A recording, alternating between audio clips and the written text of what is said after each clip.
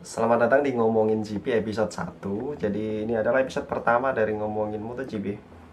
So, aku senuk merinding sih, cuman karena aja kawet ya, jadi ya pemana. Jadi kita akan membacakan berita tentang MotoGP, tentang F1 dan World Superbike. Cuman kita nggak semua tentang satu persatu berita, cuman kita hanya membahas beberapa berita 3 hari belakangan dari artikel yang kita rilis. Jadi kita menuju berita yang pertama. MotoGP akan balapan di kota masa depan. Jadi MotoGP akan dikabarkan akan segera bergulir di Arab Saudi dalam beberapa tahun ke depan.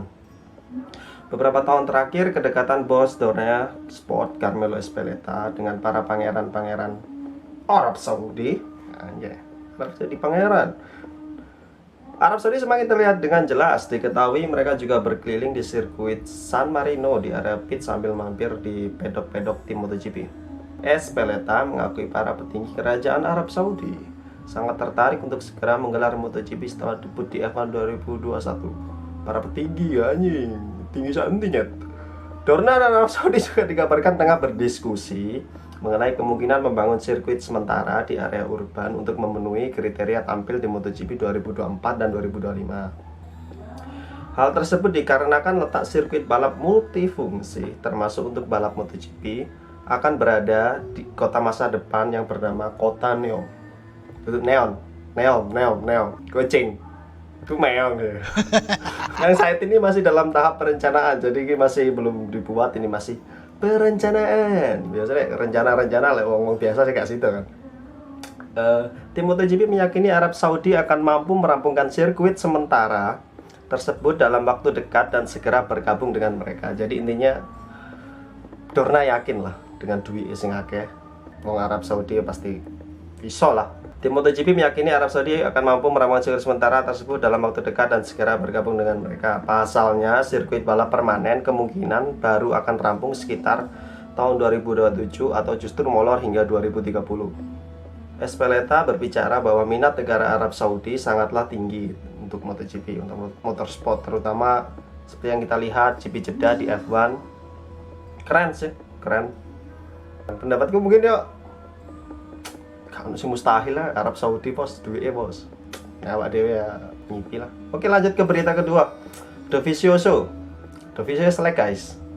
Masuk ke berita kedua. Dovizioso, saya tidak ada masalah dengan Ducati tapi dengan orang-orangnya. Jadi Andrea Dovizioso memberikan pernyataan yang cukup mengejutkan.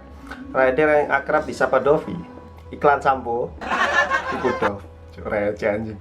Itu mengaku masih memiliki hubungan yang buruk dengan orang-orang yang di Ducati. Allah, fokusin auzubillah. Untuk diketahui, Dovizioso menjalani masa kejayaannya bersama Ducati pada 2017 hingga 2019. Kala itu ia bahkan menjadi pembalap yang mampu memberikan perlawanan terhadap King Marquez. Marquez mah OP anjing. Nerf lah bos. Dan singkat cerita, pada 2020 silam, Dovizioso meninggalkan Ducati setelah bersama selama 8 tahun dan memilih bergabung bersama Yamaha, dan dirinya pun pensiun usai MotoGP San Marino 2022 bersama with you Yamaha RNF. Malaysia kanyan. Gak guyon, sumpah guyon. Anjing, kenapa sih kok kayak fokus? Selama di bawah bendera Ducati, hubungan Dovizioso dengan bosnya yaitu Dalinya makin lama makin merenggang. Dovizioso pun memberikan pernyataan bahwa dia dan rekan-rekannya yang di Ducati tidak dalam hubungan yang baik-baik saja. Dovizioso bercerita, ketika saya bersama Ducati berakhir dengan cara seperti itu sangat memalukan. Karena saya berusaha menjalin hubungan baik dengan semua orang, namun untuk yang satu ini, sayangnya berakhir buruk. Pacar lah mas, kan wis kadung sayang kok moro-moro putus itu loro itu. Maksudnya tidak loro sih, itu karena ngeping bos. Dibandingkan gelet-gelet kawitan. Membaik tersebut bahkan disebut-sebut bukan berbau tentang profesionalitas kerja, melainkan sudah mengarah ke arah konflik personal. Jadi kayak wis ambu-ambu wis nyandak-nyandak utang, biasanya nyandak-nyandak utang, nyandak-nyandak entut, nyandak-nyandak abu kelek wis kayak gini lah. Dovizioso bilang, tapi saya ingin mengklarifikasi bahwa saya tidak memiliki hubungan buruk dengan Ducati sebagai perusahaan. Hanya saja saya memiliki hubungan buruk dengan beberapa orang yang di Ducati, dan ini adalah dua hal yang berbeda. Pungkas Dovizioso wis. Menurutku ya wajar sih, sesuatu sing mesti lek wis kadung cide ya. Sayang arep tukaran aduh wis salah. Tuhan sing iso nyelesekno, sumpah. Lanjut ke berita ketiga. Peko menolak. Peko menolak dinarasikan sebagai Rossi versus Biaggi season 2. Anjing season juga Netflix aja. Era baru MotoGP dengan banyaknya joki-joki emas Italia kembali bermunculan, dan ini membuat kita semua deja vu. Cuy.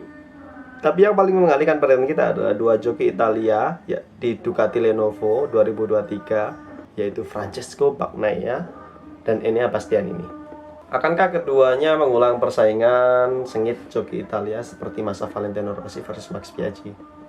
Terus dewe, ya Allah, sampai sikut-sikutan juga, sampai sikut-sikutan kan. Kadek kerjaan sumpah. Di balapan ya sikut-sikutan sumpah. Saat Peko ditanyai media, Peko mengindikasikan supaya bukan hanya dia dan Bastianini saja yang dijadikan pusat perhatian penggemar MotoGP, terutama fans MotoGP Italia.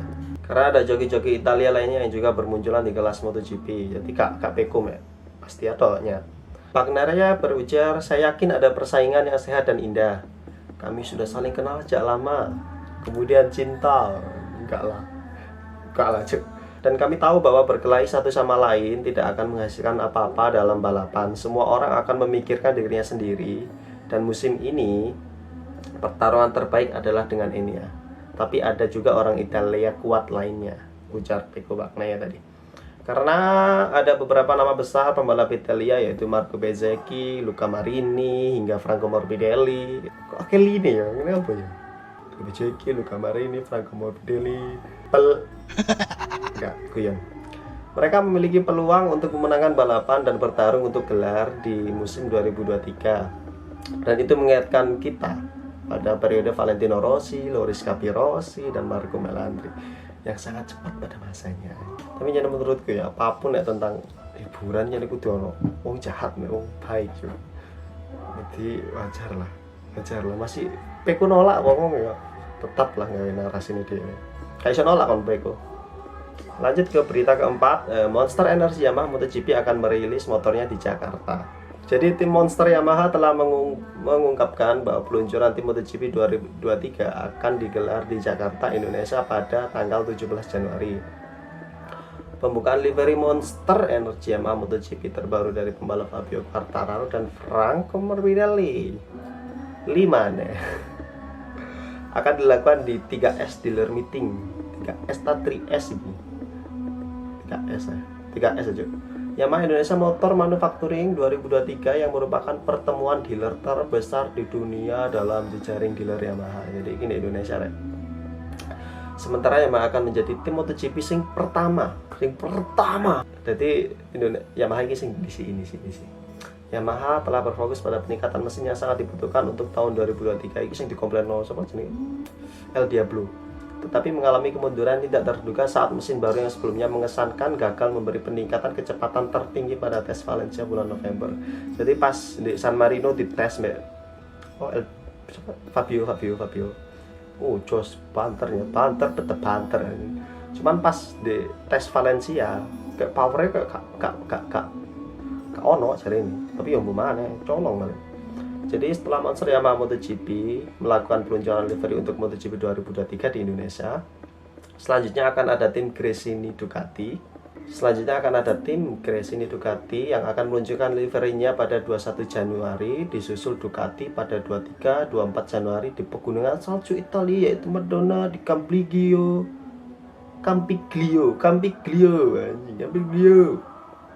Provinsi Trentino Rossi. Jadi mereka rilis di Korea Dewi Itali. Gresini ya di Itali, cuman jalannya online, gimana ya? Ya wis lah, disini pula. Kemudian kita lanjut ke berita kelima. Artikelnya berbunyi, Brad Binder, sirkuit kami layak dimasukkan di kalender. Jadi Brad Binder itu rasa sirkuit di Afrika Selatan yang jenenge apa namanya? Kialami ku wis oleh lah. Menuruti wis layak lah kalender MotoGP. Brad Binder sangat memikirkan balapan di hadapan pendukung sendiri di Afrika Selatan sebagai pembalap MotoGP. Binder mengaku sangat berharap bisa memiliki balapan kandang. Brad Binder berpendapat, saya ingin merasakan sensasi balapan di rumah sendiri. Masa orang pada gak tahu balapan lah, goblok lah. pastilah tahu kan ngomong balapan jupuk gorengan ta ya, balapan jupuk sego kan itu jenenge balapan, Bos. Sayangnya yang lebih mengecewakan adalah kami belum memiliki fasilitas yang memadai, ungkap Brad Binder. Menurut Binder, Squid Kialami cukup layak menjadi tuan rumah seri balapan MotoGP dalam beberapa tahun ke depan. Pit dan lintasan sirkuit Kialami menurut Binder sepadan dengan kualitas berbagai trek balap yang biasa menjadi langganan MotoGP. Itu pendapat Brad Binder loh ya. Itu pendapatku. Brad Binder berpendapat bahwa kami memiliki sirkuit Kialami, lintasan yang cukup indah. Dengan fasilitas lumayan mumpuni, jadi lumayan. Bercanda guys. Ini menurut Brad Binder guys. Termasuk fasilitas pit dan lainnya. Hanya saja perlu perbaikan sedikit di beberapa tempat untuk kelayakan. Jika semua sudah selesai, maka tidak ada satupun yang bisa menghalangi berlangsungnya GP Afrika Selatan. Amin. Ke Indonesia pian lah. Selain fasilitas yang masih kurang sempurna, Binder juga menyadari bahwa pemerintah Afrika Selatan memiliki prioritas lain yang lebih penting daripada menjadi tuan rumah MotoGP. Ke Indonesia. Hal tersebut berhubungan dengan kemaslahatan masyarakat Afrika Selatan yang masih sering dilanda bencana kelaparan. Jadi dekono cek wong lesu hari ini. Sumpah tol angin laris kan, sumpah laris kan. Agak masuk angin kan, lesu kan nggak makan, coba keanginan masuk angin ya, sumpah. Akan tetapi Brad Binder berkata, pemerintahan kami Afrika Selatan bahkan tidak memiliki uang untuk menyediakan listrik bagi masyarakat, dan selama masih ada bencana kelaparan di negara kami, maka tidak akan ada anggaran lebih untuk menggelar balapan motor. Jadi mereka pikir untuk lebih penting mangan daripada ndelok balapan. Ya benar sih, setuju sih aku. Biaya untuk menggelar balapan di luar negeri memang sangat gila. Namun saya berharap akan ada GP Afrika Selatan lagi dalam kalender MotoGP dalam beberapa tahun ke depan. Hanya saja Binder berharap agar suatu hari nanti impiannya balapan kandang dapat terwujud dari sirkuit Kialami. Amin ya Allah alamin. Dan mandek sih. Kita masuk berita ke nomor 6. Fabio ungkap rahasia menjinakkan YZR M1. Meski gagal mempertahankan gelar gelar juara dunia, tak sedikit yang memuji penampilan Fabio Quartararo pada MotoGP 2000. MotoGP mana ada kepleset terus. MotoGP 2022, pembalap Monster Energy Yamaha tersebut dinilai sukses menjinakkan YZR M1 yang sering dianggap motor yang kurang mumpuni. Fabio berkomentar tentang kenapa performa M1 sangat kurang di tahun ini. 2 atau 3 tahun lalu saya setuju jika kami memiliki keuntungan di tikungan. Sekarang kondisinya berbeda. Di area ini Ducati atau motor pabrikan lain sama kuatnya, tidak seperti tahun 2019 lalu saat kami lemah di performa sedangkan mereka lemah di tikungan. Tapi sekarang kami masih lemah dalam hal top speed, tapi mereka sekarang jauh lebih kuat di tikungan dan pengereman. Masih agak fokus sih ya Allah. Tapi sekarang kami masih lemah dalam hal top speed, tapi mereka sekarang jauh lebih kuat di tikungan dan pengereman. Dengan kata lain, pembalap Yamaha mereka sama sekali tidak punya keuntungan. Mereka harus benar-benar mendorong motor sampai batas kemampuan Yamaha M1 tersebut. Memang berat, namun saya melihat dari sisi positif bahwa saya masih bisa mengeluarkan potensi maksimal kendati menemui banyak kesulitan, tutur Fabio Quartararo. Lebih lanjut, pembalap yang berjuluk El Diablo tersebut mengungkapkan rahasia kenapa dia bisa tetap berprestasi meski motornya tak lagi mumpuni. Itu rahasia ya. Rahasia saya pakai ukuran biru mungkin. Pada awal musim kemarin saya tidak bahagia karena motornya tidak mengalami peningkatan apapun. Tapi lalu saya mengubah pendekatan saya. Kalau Anda terus mengeluh, efeknya akan buruk bagi tim maupun untuk diri Anda sendiri. Motornya mungkin buruk, tapi mengeluh hanya membuat situasi makin buruk karena Anda menghabiskan energi Anda untuk hal di luar mengendarai motor. Setuju sih. Kok ini kak fokus kameranya.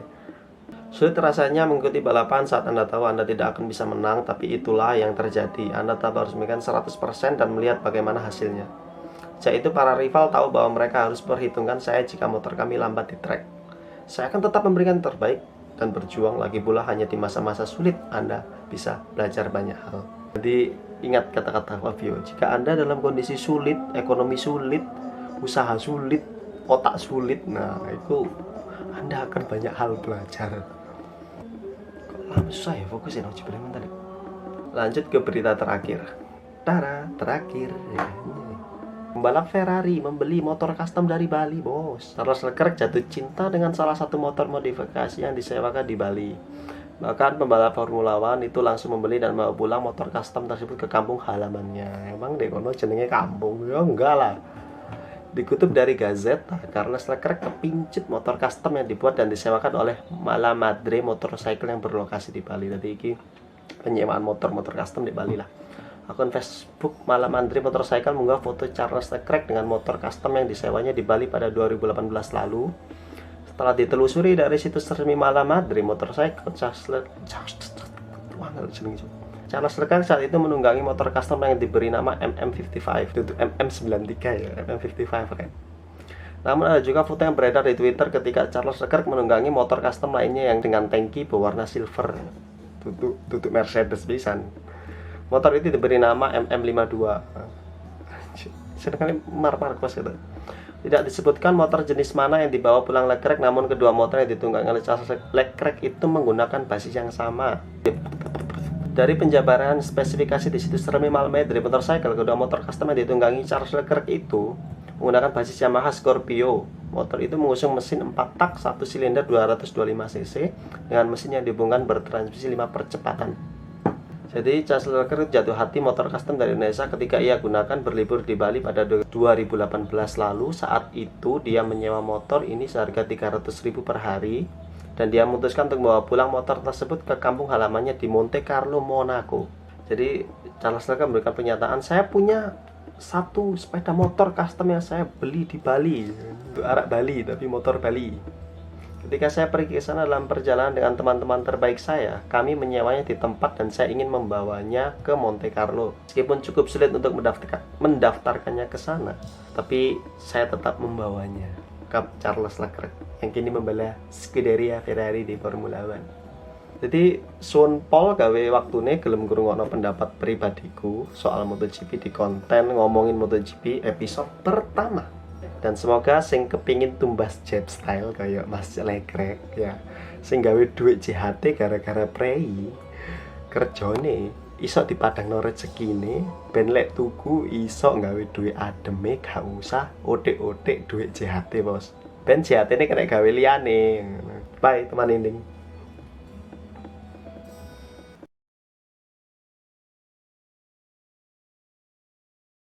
Anjing Leclerc cok, aku nyalain gak tuku Jepstar gak tuku kuno mek rekreasi moro-moro kepingin langsung gomol susahnya lah mek kadung soge nya.